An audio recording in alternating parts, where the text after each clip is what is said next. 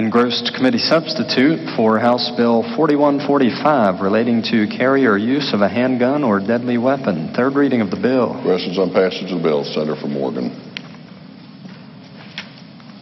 Thank you, Mr. President. We discussed this extensively here on the floor on Saturday when the body adopted the Judiciary Committee's strike and insert amendment.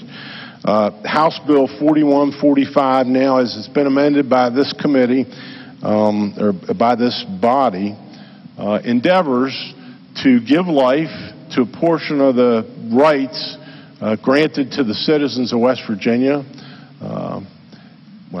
and guaranteed to the citizens of West Virginia by the Second Amendment to the United States Constitution and the West Virginia Constitution. This bill essentially allows for people who are 21 years of age or older who are not prohibited by law from possessing a firearm to carry the same concealed. Under current law, they can and absolutely have the right to carry it openly now in West Virginia. This permits concealed carry without a license or permit for people over the age of 21 who are not prohibited by law. The bill preserves the existing permit process for a concealed carry permit, and many people who have them now will want to keep them because it's through the permit process. Actually, the law refers to it as license process. It's through that process by which people have reciprocal rights to carry concealed in other states. The bill creates a new provisional license for people between the ages of 18, they have to be at least 18 years old, and under the age of 21, and that license has reduced cost, but it has the same requirements of training that are in the regular license for people who carry concealed. The bill adopts some uniformity, some requirements of uniformity for the licenses to be issued under the bill, uniform size of a card, and describes how that's to be done. The bill clarifies an issue that the law enforcement brought to us as we were preparing this. It requires that any training course which underlies one of the licenses issued in a concealed carry license require actual live firing of ammunition by an applicant, and it requires that for such a license, the applicant for a license has to submit the instructor's name, signature, and the NRA or state instructor identification number if applicable. Section 4A of the bill is the section that deals with and creates the provisional license, and that reads very much the same as the regular concealed carry license. We pull into the bill Section 7 of Article 7, and it within that defines some new offenses, new felony offenses for anyone who's a prohibited person who carries a concealed weapon, a concealed firearm on his person, defining felony offenses for that.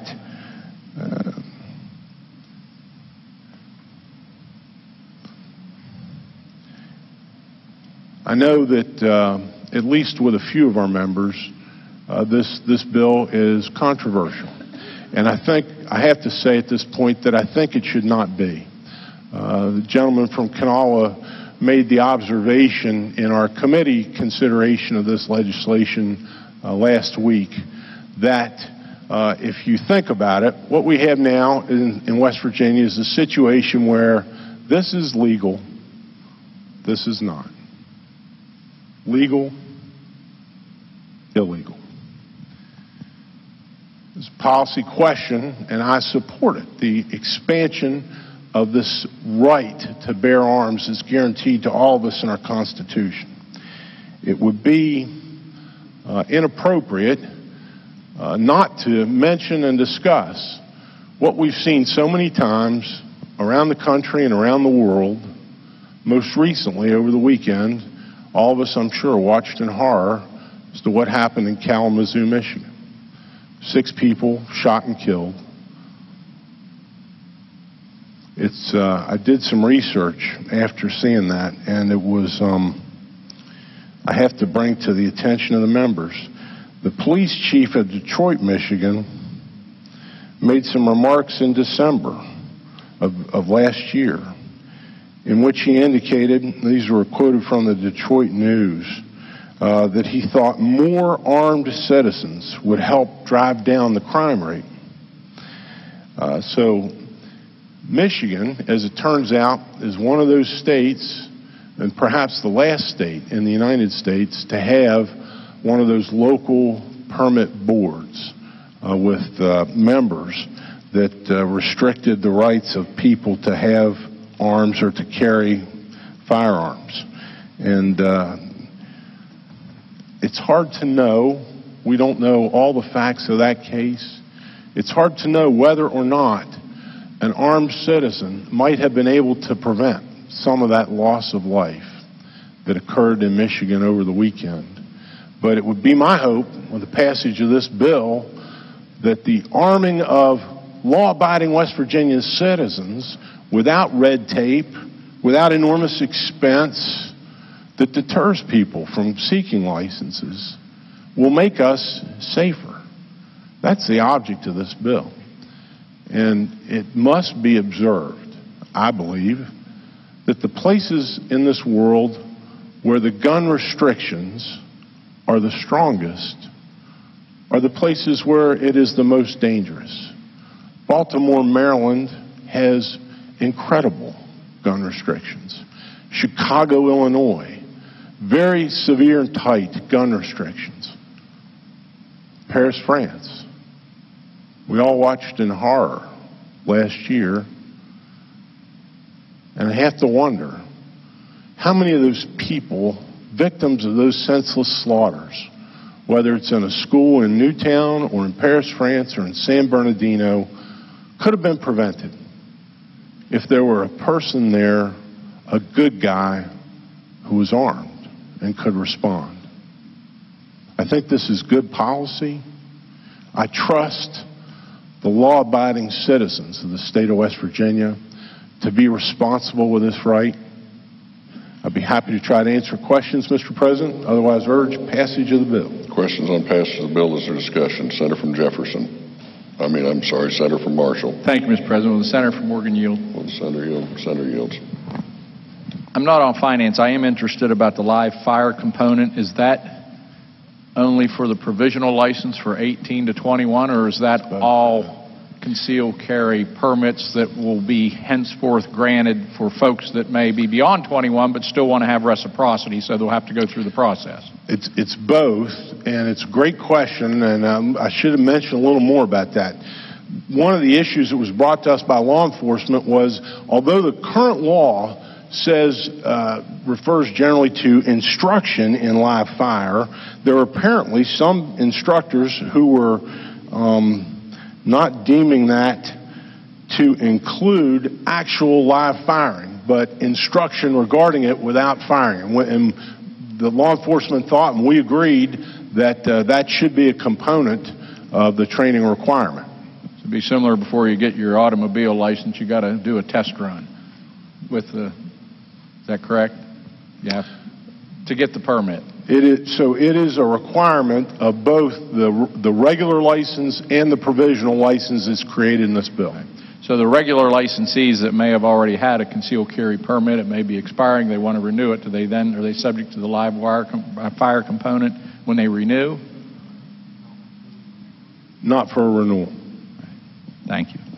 Further discussion. Now the senator from Jefferson. Thank you, Mr. President. Would the Judiciary Chair yield? Senator yields. Senator yields. Yes. Thank you. Question is, I believe we all probably believe this bill will pass today, and we may get a chance to vote on it again. But you had mentioned handling weapons in a responsible manner, and that's what I want to talk about today, to make sure that the citizens of West Virginia know that we are handing them, through the passage of this law, a grave responsibility. Mr. Chairman, have we, in this bill, are we changing any of the brandishing laws? The bill does not change the code section that makes brandishing a criminal offense. Can you, and I don't mean to catch you off guard, can you sort of define at a high-level view what brandishing is? It's a misdemeanor offense prescribed by Chapter 61 of the Code. It's Article 7. I don't know the exact section number, but it's a misdemeanor offense to brandish a deadly weapon. Okay. Brandishing means wave it around. What would, for practical sense? Yeah, and I don't think the section of the code which prohibits and defines as an offense brandishing provides a definition of what brandishing is. It's just its normal, customary meaning. Sort of in the eyes of the beholder, and of course then virtually a court would define that. We haven't changed any of the laws herein on involuntary manslaughter or... No, homicides, manslaughter, none of those criminal offenses are addressed within this bill. Okay. There are some changes to criminal offenses in this bill. No, I understand. And there are 3 new criminal offenses established by this bill. I should mention those a little more specifically, and I appreciate the gentleman's question. There is a new offense for use or presentation of a firearm during the commission of a felony. And so that's defined as a new, separate, and distinct offense from the felony committed to use or present a firearm in the commission of a felony. And then in Section 7, there are 2 new offenses which relate to carrying concealed firearms by persons who are prohibited by law from having firearms. Okay. Thank you, Mr. Chairman. If I might, Mr. President. Again, the reason I rise today to talk about that we did not change, other than some added penalties, for crimes that involve a weapon, and I think that was, I support that part of the bill. But we have not changed our basic laws on brandishing. We haven't changed our laws on involuntary manslaughter. These are serious, serious issues.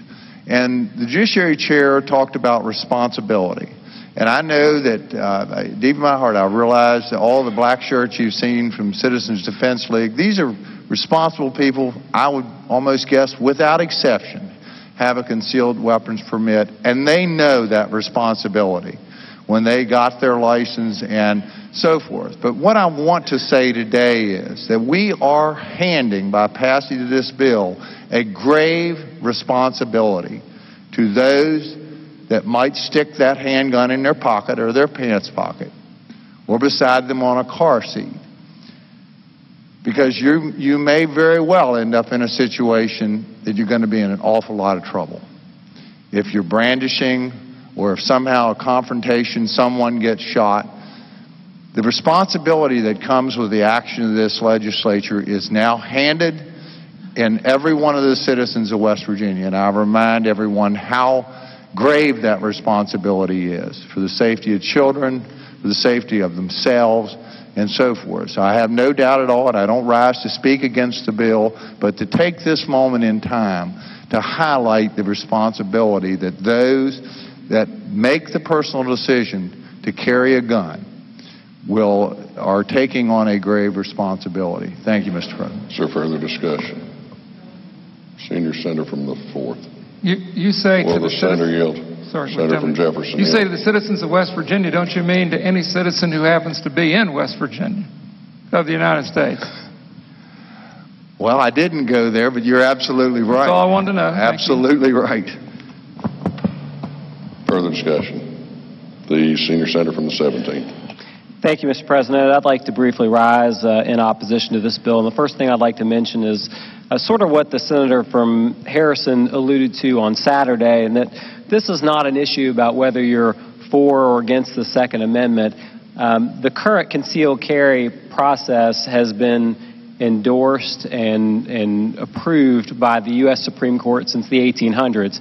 So the current process we have in place is clearly not violative of the Second Amendment. Secondly, I'd like to say that last year when this bill came up, the proponents of it said, well, the Sheriff's Association just opposes this because they want a bunch of money. They like their money. Well, this year they agreed to just get rid of the fee entirely, and I thought that was a great act of compromise. But that was rejected, and what that means is, I mean, the sheriffs are still going to get their money if we pass this bill because people will still get the permits, but they still almost uniformly oppose this bill because of the public safety concerns. I think that even about a month ago, there was an article in the paper in Charleston about folks from Detroit who were in Charleston. The police were able to take them off the street because they were carrying concealed weapons without permits, at least for a short period of time, and prevent criminal activity. So I'm going to stand here today, and I'm going to stick with our law enforcement who really do not like this bill. I'm going to stick with the majority of my constituents who do not like this bill. I'm going to stick with public safety to support public safety. Now, I know that the people who support this bill are good, law-abiding, respectful citizens, but the people who are going to benefit from this bill are not going to be those kind of people. They're going to be the people who want to come into West Virginia and do harm and do bad things.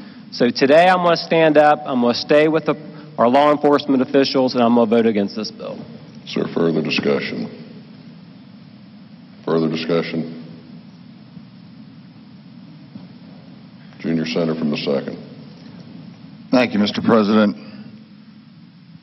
Today we have the chance to improve the safety of West Virginia citizens, and we have all taken an oath to do so. In my before farming and Senate life, I spent 21 years in the United States Marine Corps. I was an Arabic linguist, a Middle East analyst, and I worked on international terror problems and incidents. I know the mind of terrorism. Ladies and gentlemen, ISIS is here in the United States, imported through open borders and homegrown radicalism. Armed citizenry and constitutional carry will help deter terrorism in West Virginia. We have historical data to support my last statement. After the Battle of Concord, William Pitt in the House of Lords urged negotiation with the colonists because of 3 million Whigs with arms in their hands. Pitt's words fell on deaf ears. The American Revolution started, and we know the result. The Nazis avoided neutral Switzerland because of armed citizenry. World War II Navy Commander Menard, years after World War II, recounted his discussions with Japanese World War II veterans and their comments that Japan feared the armed citizens of California, maybe helping stave off an invasion of the mainland. Senators, the modern terrorist threat is real. The lessons of history apply here today in West Virginia. Last November, after the Paris terrorist attacks, Washington, D.C. Chief of Police Kathy Lanier publicly announced citizens will have to take down active gunmen or kill them as the best option for saving lives before the police get there. That's the D.C. Chief of Police. Constitutional carry is a reasonable, common-sense tool for self-defense. It's common sense that constitutional carry will help deter the soldiers of ISIS and terrorism from coming to and acting in West Virginia. This should be a unanimous vote, and I urge passage. Thank you, Mr. President. Is there further discussion? Further discussion? If not, the question before the Senate, shall the bill pass? All those in favor will vote. Senator from Harrison. Mr. President, I apologize if I got up a bit slow there. I do have to rise today because, you know, I'm a funny guy to stand up, and I'll tell you why. I had my ownership of my first gun at age 6. It was an over and under 410-22. Shot my first squirrel probably that same year. I've owned guns my entire life. Ammunition. I probably have more guns than ammunition, I'd say 99% of a year. Been a member of the NRA since the 80s. I quit when they endorsed George W. Bush, but then I rejoined after our current president won. It's just good political prerogative. And you know, when I joined the Senate, I believe that legislatures should have common sense. And that's all I've asked for in this bill. I'm a Second Amendment proponent. I believed in concealed carry. I still do. But you have to have common sense. We're now going to be the sixth state, if this bill passes, as I fully expect it to allow permitless concealed carry.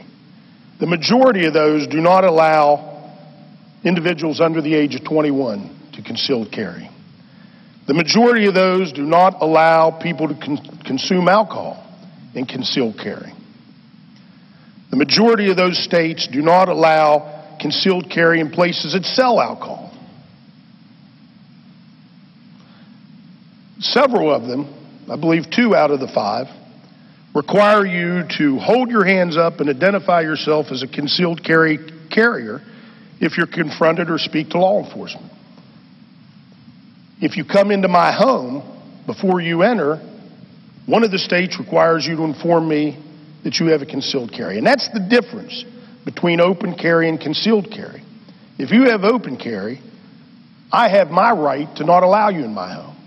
I have a right to walk away from you. I have a right to avoid contact with you because that's my right. That's everybody's right. But with concealed carry, that right's not there. Now, what do those other states have that we don't have? I say it's common sense. I say it's common sense when we passed 5 bills here in the last 2 sessions, giving the Commission on Special Investigations to carry firearms, the Attorney General's investigators to carry firearms, the prosecutors and assistant prosecutors, investigators in every county, the parole officers. We even gave the resort area rangers the right to carry concealed. And you know what? In every one of those bills that passed by a majority in this House, most recently, or pending, or Senate Bill 272 and 102, but in every one of those bills, we require those individuals to take the same handgun training that the state police do. Not an NRA handgun course, but the state police handgun training. We all voted for them. You know what that's called? Common sense. Common sense, because you can't pull a bullet back from the barrel of a gun. Whether it's going towards a bad guy or a good guy, one of your children. More people are killed by their own handguns than anybody kills anybody else with a handgun. To my good friend up in Mon County, military bases do not allow soldiers who are trained in firearms to carry concealed. Now, I'm for this bill. It's a good cause, but there's no common sense in this. That's all I've asked for in this bill. It's clear that even Justice Scalia said we could have common sense when it comes to concealed carry. There's no training. No training. For those of you that don't handle handguns or any type of firearms, training's the key. Training is the key to safety, to not shooting innocent people when you're handling a firearm. My greatest fear, I have 2 great fears. One is that everybody will run out to get their own handgun, put it in their car, never shoot it, never understand how it works, get in a pressure-filled situation where they think they're justified in pulling out their handgun and shoot their wife, shoot their child, shoot their passenger, shoot an innocent bystander. How many times, I've never in my life in 55 years been confronted with an episode where I thought I should pull my concealed weapon. Never. But that's what we're banking on here because we want everybody to be prepared. My second greatest fear is giving 18 to 20-year-olds the right to carry concealed weapons. Now, if you're active law enforcement or military, I can understand that. That's legitimate. But I do not want an 18-year-old to come and pick up my daughter on her first date, and the first thing he shows her is his concealed weapon. Because if he does, somebody's going to suffer a tragedy, and I hope it's not my family. Now, no background check, carrying where you drink, carrying where you have alcohol. There's no common sense in that. We could have crafted a common sense, permitless concealed carry bill. People are afraid of voters. I say, let the voters decide what's right or wrong. Some of you are afraid of your own members.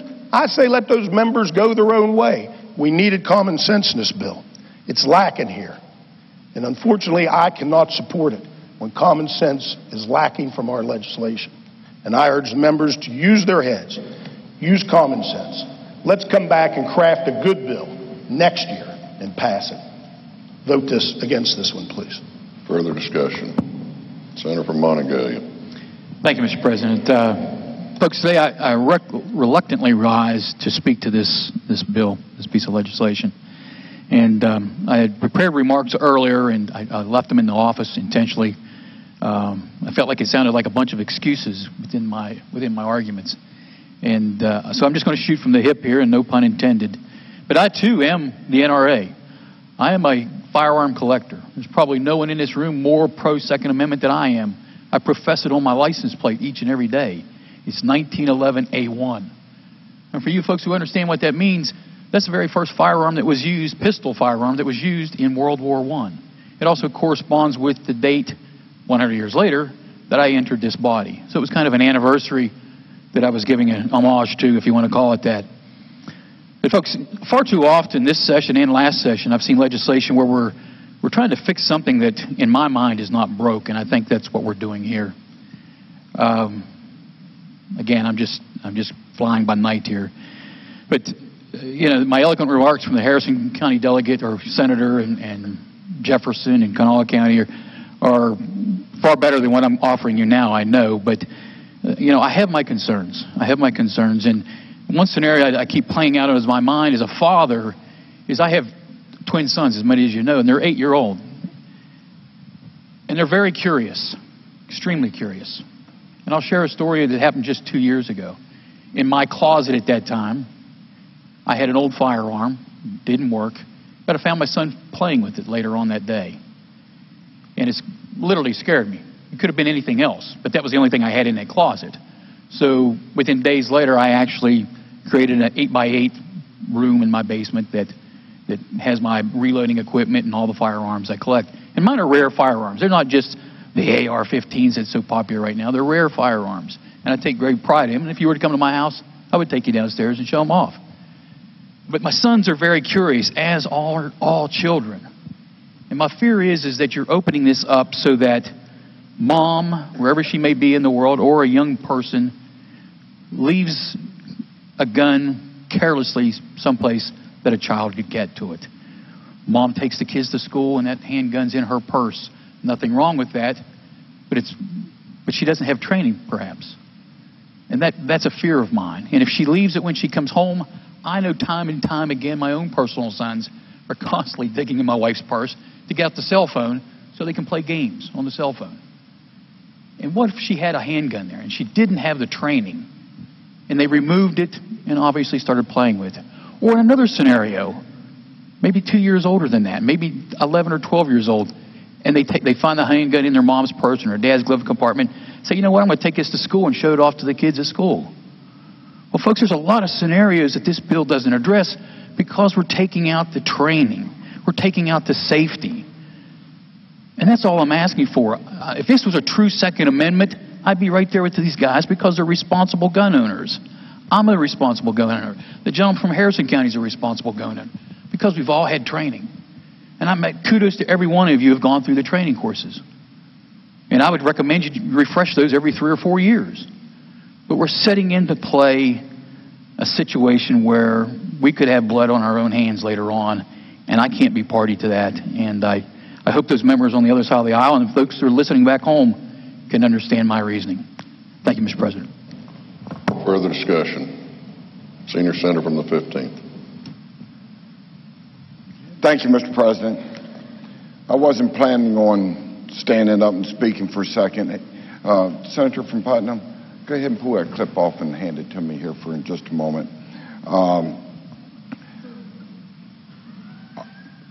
That's okay. I'm going to borrow your phone for a second. Hey, I've listened to a lot here this morning, and I want everybody to witness something here, especially the pages and all, and the conversation that's been taking place on this. Right now in West Virginia, for a long time, you could carry a gun. It's called open carry. Imagine a cell phone being an open carry. What we're passing here today is a piece of legislation that allows you to do this. you're a law-abiding citizen in the state of West Virginia, you can do this. You've always been able to do that. The very people that cannot carry a weapon, that are felons, have restraining orders and all the other associated things that go along with it, they can't do what I'm doing right here with a weapon. Nor can they do this. This law doesn't change any of that. The police chief up in Detroit, we've heard a lot of chatter and noise about Detroit. I witnessed over this weekend where he's actually called on the citizens to be carrying guns. There's one thing for certain, and that is where there are gun-free zones, there are more gun violence. And the cities that choose to make it so that you can't have guns, and the more laws that they've got, the more gun violence there is, Mr. President. So I listen to all this chatter in here, especially about common sense. And the fact of the matter is, common sense dictates that when you see it taking place throughout this country, the gun violence, and you can relate it to where there are all these gun laws that prevents the citizens from doing what? Exercising their Second Amendment right. And in the Second Amendment, it says, shall not be infringed. Now, I don't claim to be the smartest guy in the world, but I do know what that means. I absolutely know what that means. Now, let's get to another point on this issue. Law enforcement. I support law enforcement. I think we all do. They're important to our society. They're important to enforcing the laws. But one of the things that they don't do well, and it's because it's impossible because of the common sense of it, is they cannot follow us around and protect us. And that's incumbent upon ourselves, whether we choose to have it open carry, concealed carry with a permit, and if we pass this legislation, the opportunity for those to do it without the permit, exercising their constitutional rights. In other words, what I'm getting at is I'll take this any day, because law enforcement, when you get into a situation like that, unbeknownst to yourself, they show up in time to put down the chalk marks and the body bag. And that's frankly just a little bit too late for me and the average citizen in West Virginia. I want to at least have a fighting chance to protect myself and my family and even my friends if something would go wrong somewhere. And never will I pull that weapon out unless I was threatened in some way. Make no mistake about it, the NRA supports this legislation. West Virginia Citizens Defense League supports this legislation, and both of them support law enforcement, but above all else, they support the Constitution.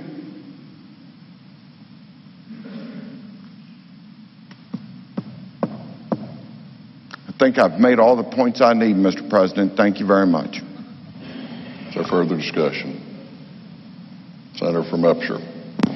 Thank you, Mr. President. I did not intend to get up and speak today either, but I heard a couple of things that just kind of require me to do so. One was that a common sense approach in this legislation would have been that every law-abiding citizen in the state of West Virginia would have been required to stick their hands in the air every time they got around a law enforcement officer and declare that they were armed, as though being treated like a criminal and acting like a criminal is somehow a common sense approach to this issue. That doesn't make any sense to me. I've heard numerous times, Mr. President, that when the bullet leaves the gun, it can't be recalled back. And I think if there's anything that the people of this state and the people of the United States have learned over the last several years is that when the vote leaves your hand, that also can't be called back. But we would never require training for somebody to go and vote. A vote clearly has immense consequences, can do immense amount of damage. And we would encourage everybody to vote responsibly and to vote knowledgeably, but we know that that's not something that we could reasonably require, and I don't think that we can reasonably require this, particularly when we can look at other states that have no training requirement for their concealed carry permit systems, that even have a permit with no training requirement and no increase in no statistically important increase in the difference between accidental rates and states that do have a training requirement. And finally, I just can't leave this idea that somehow we should look to our military that does not allow our trained soldiers who have had far more training than the average citizen, and we don't allow them to carry on a military base. And all I can think back to is Fort Hood in Texas, where they were not allowed to carry on that base. And I can think to Chattanooga, where they were not allowed to carry. And we can see yet again what a gun-free zone does, even to soldiers, even with extensive training in the use of firearms. Common sense dictates that we pass this bill. The data across the country says that this bill will make not only the citizens of West Virginia safer, it'll make law enforcement in West Virginia safer. I urge the passage of this bill. I urge the fellow members of this body to vote aye. Is there further discussion? If not, the question for the Senate, shall the bill pass? All those in favor vote yea. Those opposed vote nay. The clerk prepare the machine.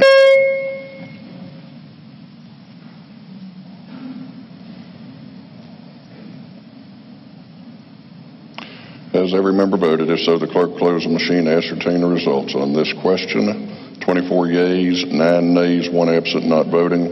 More than a majority of those present and voting having voted the affirmative declare the bill passed. Clerk has title amendment. Senator Trump moved to amend the title of the bill. Questions on the adoption of the title amendment? All those in favor will say aye. Those opposed say no. The ayes have it. I declare the title amendment adopted. The clerk will communicate the action of the Senate to the House.